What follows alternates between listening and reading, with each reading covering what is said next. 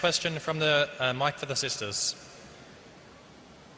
The sister is also very shy. She just doesn't want to come in front or ask it herself.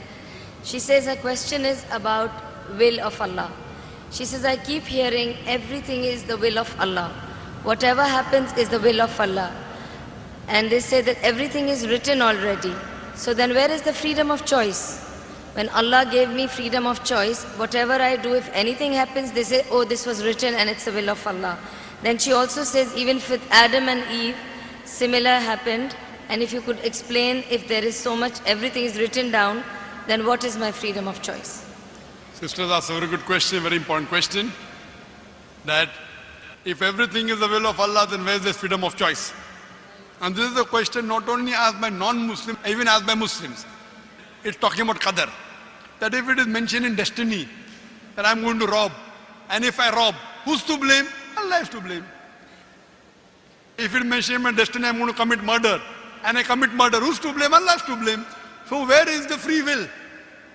So if it is the will of Allah, or if it's mentioned in the destiny, I'm joining both together, then where is the free will? The reply to this question is, it's compulsory that every Muslim should believe in qadar, but you should understand what is the meaning of destiny. For example, if suppose in a classroom, there are 100 students, and when the teacher teaches the students in the classroom at the end of the year, before the examination, the teacher predicts that this student, he will come out first class first. This student, he'll get second class. This student, he will fail. The teacher predicts why? He knows that this student is very studious, always does homework, does extra studies. This average student, second class. That student, goes for movies, doesn't do homework, misses the class, predicts that that student will fail. Now once the examination takes place, after the results come out, this student gets first class first, this student gets second class, that student fails. I am asking you a question. Can the student who has failed, can he blame the teacher that because you have predicted I will fail, I have failed? Who's to blame? The student or the teacher? Who's to blame, the student or the teacher? The student. The teacher predicted.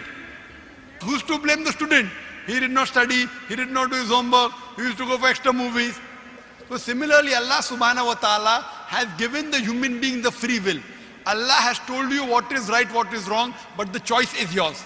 For example, if you come at a crossroad, there are 4 roads, A, B, C, D. You can choose any. You choose road C.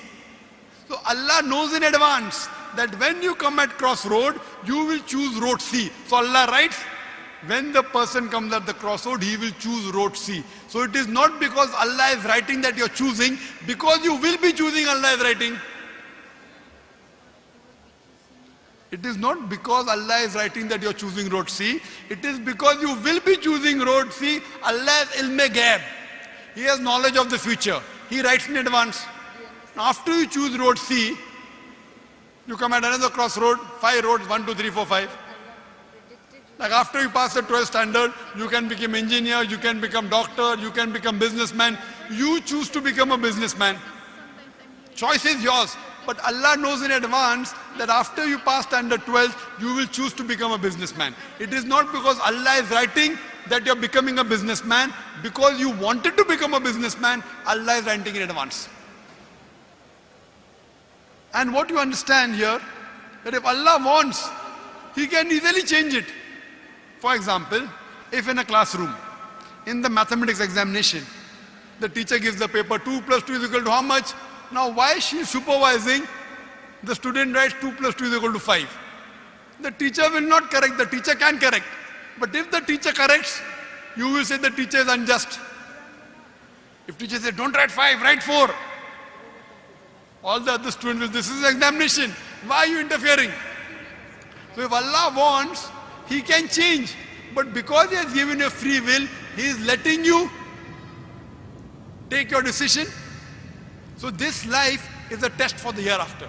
As Allah says in Surah Mulk chapter 16 verse number 2, Alladhi khalaqal mauta wal hayata. It's Allah who has created death and life to test which of you is good indeed. So this life is a test for the hereafter. Allah has given you and shown you the rules, what is good, what is bad. Then he's given you a free will. It is your choice. Allah does not interfere in your free will. He can if he wants. The Quran says, not even a leaf can fall without the permission of Allah. So whatever happens, happens with Allah's free will, but the decision is yours. And based on that, you will be rewarded or punished. Hope that answers the question.